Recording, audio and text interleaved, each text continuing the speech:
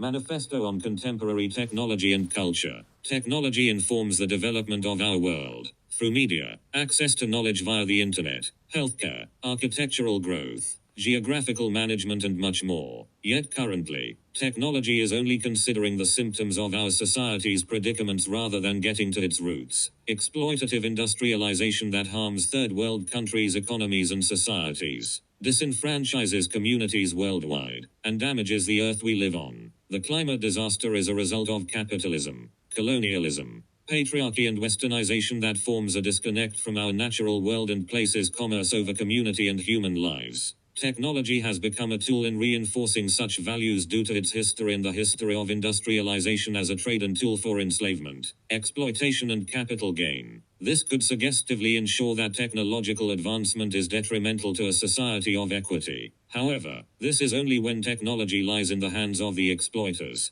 people placed in positions of power and who are susceptible to its allure of potential tyranny. If we decentralize the source of knowledge and experimentation that technology gives us, and decapitalize technology as an entity, developing it as a resource for all, technology can become a tool of betterment. Following a DAO structure, where there is no singular authoritative body, and democracy becomes our tool of decision-making, we can create a community resource of technology and allow it to become an intrinsic element of our general education, thus denouncing its capacity to be lorded over those without such access. Steps: expand the integration of the arts and creative thinking into education, centralizing them in philosophy, as well as the sciences, and ensuring we do not delineate the practical and ideological, but instead rediscover that the marriage between the two can find solutions to our social and political dilemmas, as well as propel our ventures into comprehending the possibilities behind our unanswered questions, and challenge current understandings of our universe. True rationality is impossible for human beings as we are constantly informed by our environment and the current social stratus in place. Therefore, a recognition of the ideological is important when considering what best enables our societies to provide the support and community we crave as people.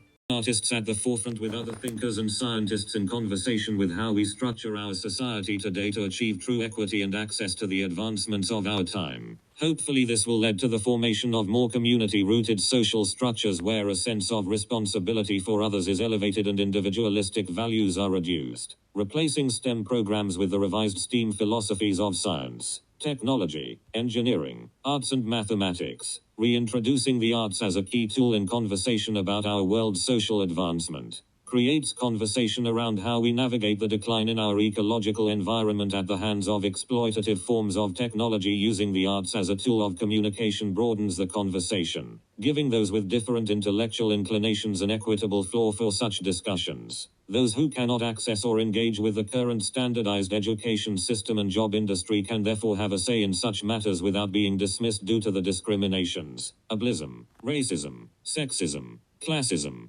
homophobia, transphobia, xenophobia and religious discrimination that such social norms have enabled. Nevertheless, such access does need to be regulated. As we have seen before, technology is powerful and such power can fall into immoral hands, shown through illicit data sharing, non-consensual genetic alterations, development of hatred, incentivized ethnological practices, etc. Therefore, we must move to develop a way of regulating its uses, potentially through strengthened legal rights, and changing the narrative that technology and the natural world work against each other, with one of harmony, one informing the treatment of the other, and always for the betterment of our environment and peoples.